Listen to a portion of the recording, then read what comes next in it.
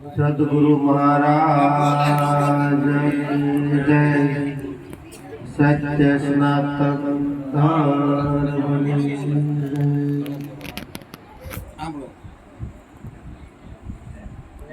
सत्य स्वरूप અને નિર્મનામ એવા સદગુરુ પરમાત્માને મારા કોટી કોટી વંદન। અહીં બિરાજમાન સર્વે સંતો હરિભક્તોને મારા જય ગુરુ મહારાજ। આજનો ચૈત્ર સુદ પૂર્ણિમા એટલે કે હનુમાન જયંતિનો ઉત્સવ નાના માત્રા મુકામે રમેશભાઈના આંગણે સત્સંગ અને સંતવાણીનો કાર્યક્રમ રાખવામાં આવ્યો છે। ધન્ય છે રમેશભાઈ અને એમના પરિવારને, જે સંતો ભાવ સહિત વધાર્યા છે એને પણ ધન્ય છે।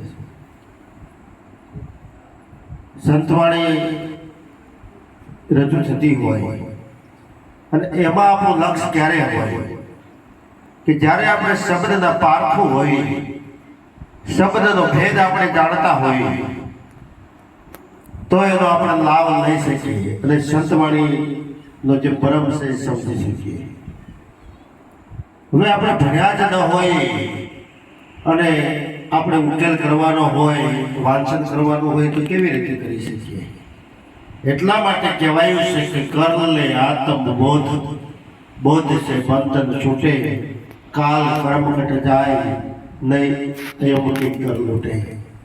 આ જીવનમાં કરવા જેવું હોય તો શું? તો આ જીવનમાં આત્મબોધ કરવા જેવો છે।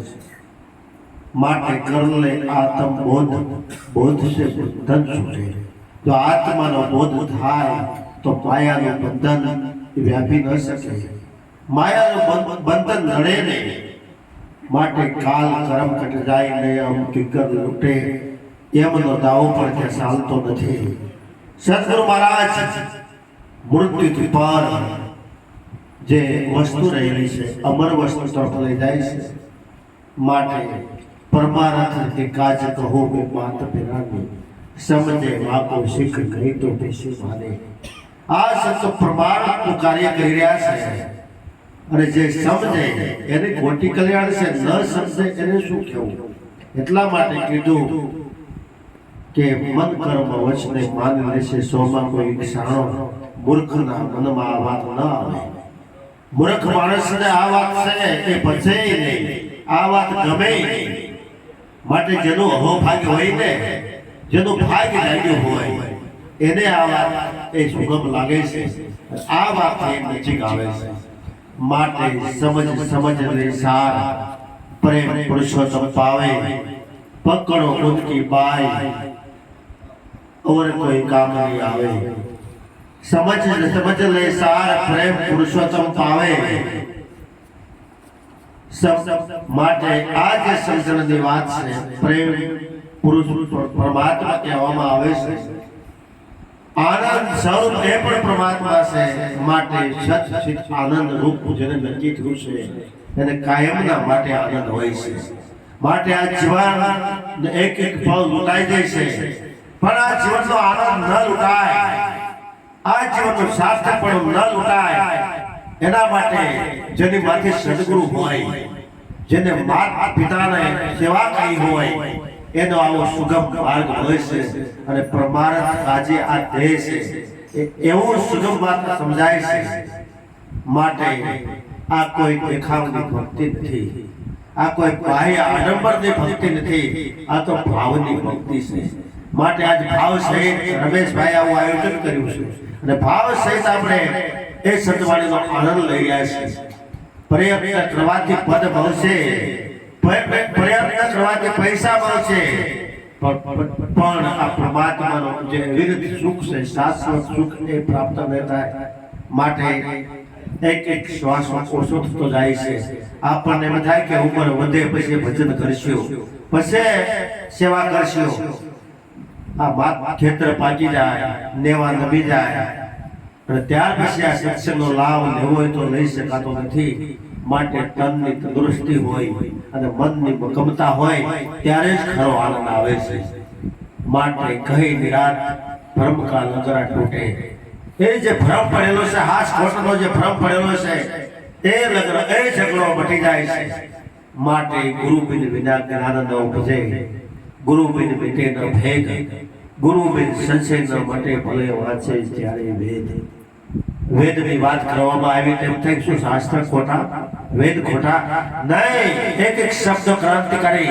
પણ જેવી રીતે લાકડાની અંદર અગ્નિ હોય, એ 1000 મંત્ર બોલો તો એ લાકડામાંથી અગ્નિ પ્રગટ ન થાય, પણ કોઈ પ્રગટ અગ્નિ બગી જાય તો એમાંથી અગ્નિ પ્રગટ થઈ જાય.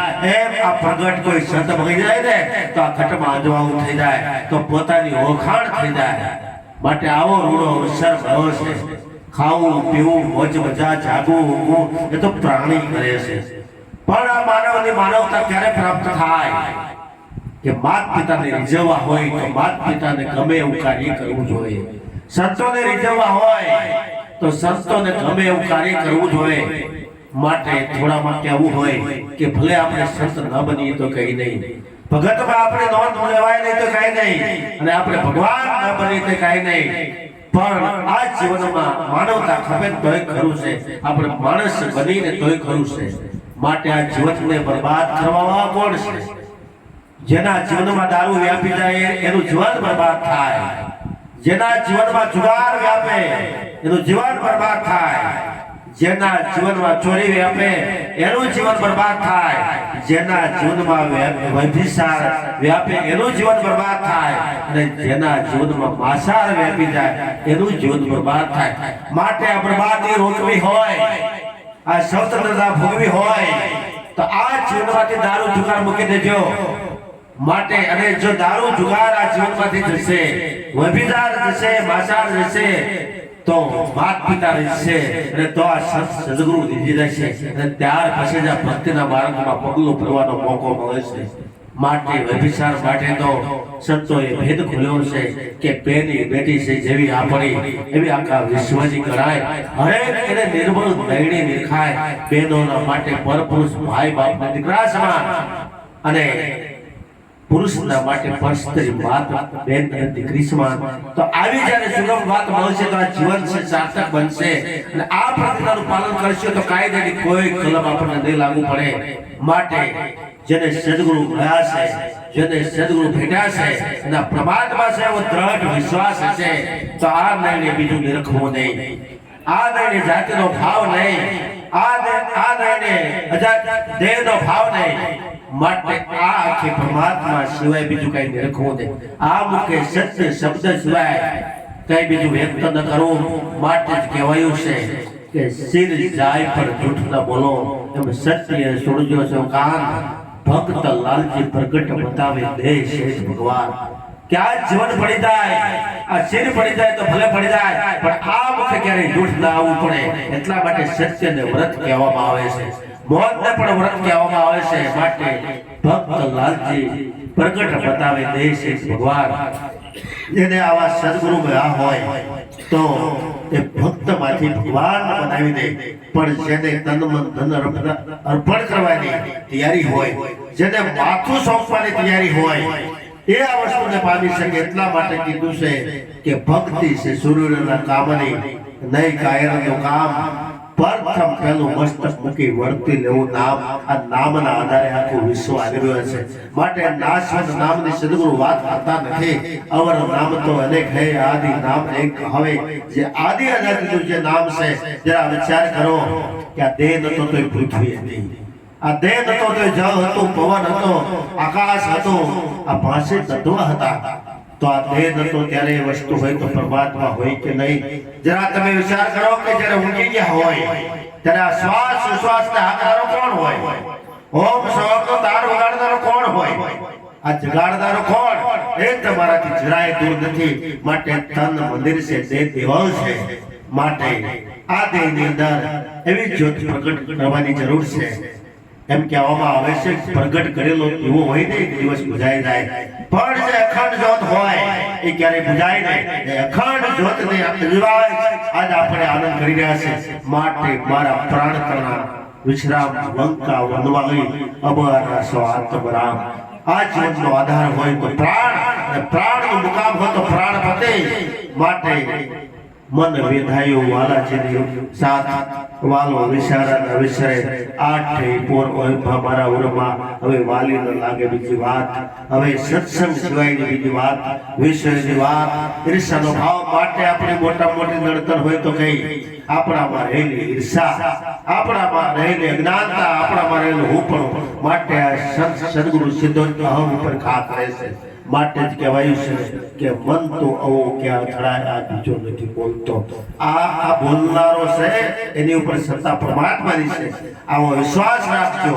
આવી દ્રઢતા રાખજો માટે ઉઠ મુસાફિર પર ભયા હમણે આ જીવન પૂરું થઈ જાય છે આવેલો શ્વાસ આવે કે ના આવેલી કોઈ ગેરંટી નથી માટે વહેલી તકે આ જીવનમાં એવા કોઈ પૂર્ણ સદગુરુ હોય સાચા સદગુરુ હોય એનું બાવળું પકડી અને આપણું જીવન સફળ બને એવા પ્રયત્ન કરી જરા વિચાર કરો ભારતના ભગવાન પણ જે પ્રયત્ન કરતા હોય જે સંતોને ભૂમિ એ ભારતની ભૂમિમાં પણ દેવથી દુર્લભ એવો દેવ ન હોય તો વહેલી તકે હું પણ મૂકી વહેલી તકે અહમ મૂકી અને એવા સદગુરુનું બાવળું પકડી અને શબ્દ રૂપિયે ધરવાની જરૂર છે માટે એ રે અંજવાન અગમ સુધી આ અગમની વાત અગમની ગમની વાત સદગુરુ લાવે છે આ બાય દેખાવ જોવા નહીં પણ આ શબ્દનો તોલ કરવો માટે થોડામાં ઘણું માની અને આ જીવન સફળ બને એવા પ્રયત્ન કરી માટે અહીંથી જે સિદ્ધવાણી રજૂ થાય એમાં આપણું લક્ષ્ય રાખીએ બોલો સદગુરુ મહારાજ